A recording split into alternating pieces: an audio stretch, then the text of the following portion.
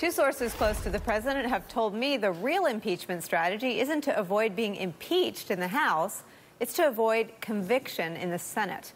These sources pointed to the fact that the president loves a good fight, that the Democrats may regain control of the House, and that Bill Clinton's approval ratings were in the 60s when he was impeached. To that end, the New York Times reports, quote, Trump's lawyers have also begun a public relations campaign to discredit the investigation and, in part, to preempt a potentially damaging special counsel report that could prompt impeachment proceedings. It looks like their strategy may be working. More Republican members of Congress are coming forward, repeating the president's defense and therefore making impeachment charges less of a worry, like House Majority Leader.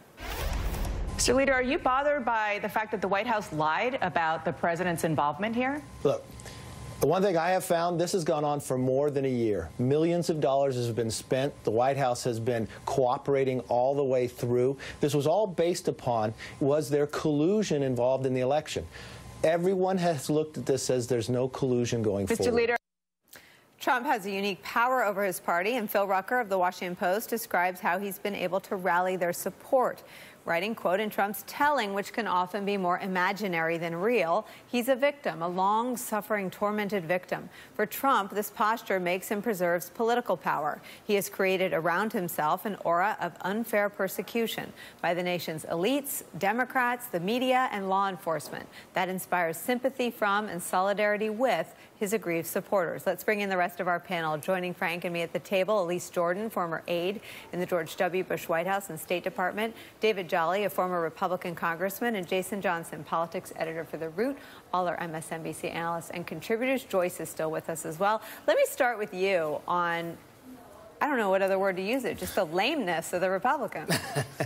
So I was one of the lone Republican holdouts to vote for Kevin McCarthy, and I never did.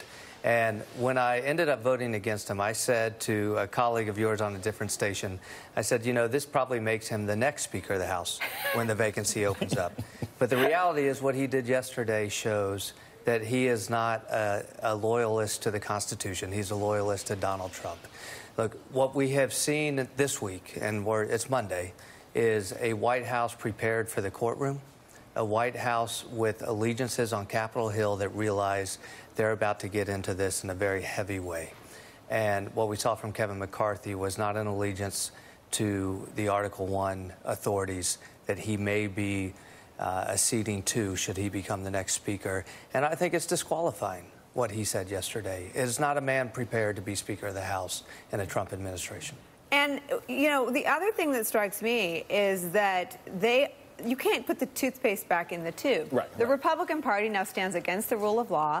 They now stand against the legitimacy of an investigation being run by Robert Mueller. Yes. I mean, this is not an investigation being run by some, you know, gunslinging cowboy. This is a combat veteran. This is a man who was such an effective FBI director that a Republican and Democrat president kept, Obama extended his tenure term. I mean, this is an extraordinary. The Republican Party is now on the record smearing the legitimacy of an investigation being run by Robert Mueller. And they will continue to be so unless they see electoral consequences. Because that's what a lot of this positioning is about. It's positioning yourself to say these crazy liberal Democrats are going to try and destroy the government and impeach this president, and we're here to protect them, and we're saying this to all of our supporters out there. They're going to maintain this party line because they know if Trump goes down, their party goes down. If Trump goes down, their agenda goes down. So I'm not surprised by agenda? What are they trying to do? Well, deregulation, scaling back. Listen, Pruitt doing that from his little soundproof phone booth. Let me show you something that I remember. This bugged me at the time, but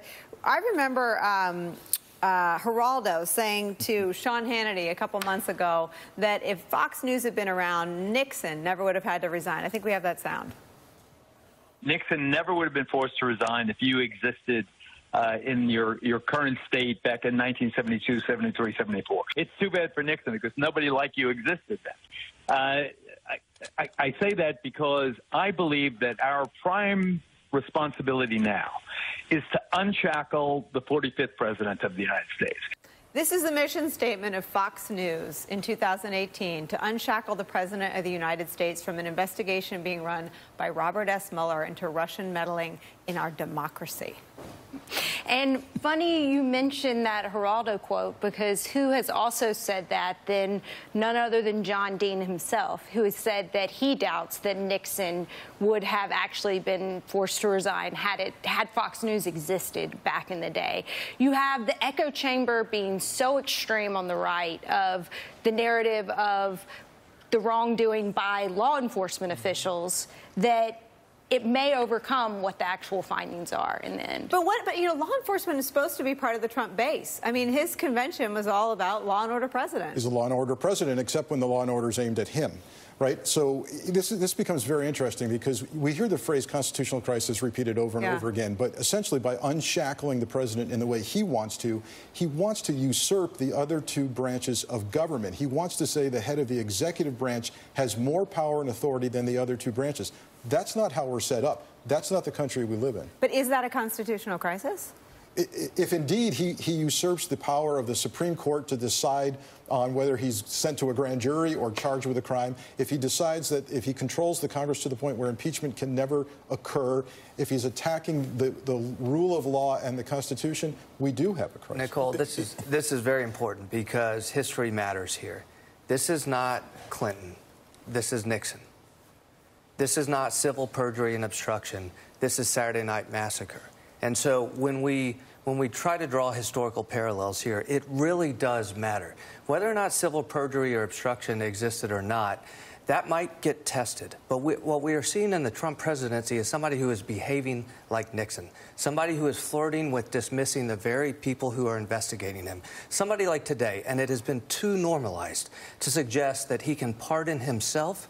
That was not Bill Clinton's narrative. Right. Bill Clinton's narrative was, I'm allowed certain civil defenses even though I am president of the United States.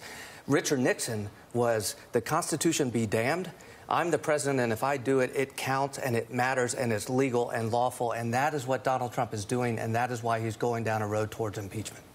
A constitutional crisis, just nerdy political science class professor thing. It's basically when we don't know what to do. Because, and I've said this about this president all along, the Constitution wasn't written for a president like this. It was written for a moral man or woman. It was written for someone who had a sense of shame. It was written for parties and organizations and branches that didn't want to see their power usurped. Everything in political science and history tells us Congress is battling with the president to make sure that he doesn't usurp their authority. And yet we have this Congress that is perfectly happy to lay down and do whatever it is he wants. We are in a constitutional crisis because no one's doing their one job. And we don't know what the answer will be if the president finally pulls the trigger, gets rid of Mueller, says he's going to, pardon himself. We literally have no textbooks for this. That's why we're in crisis.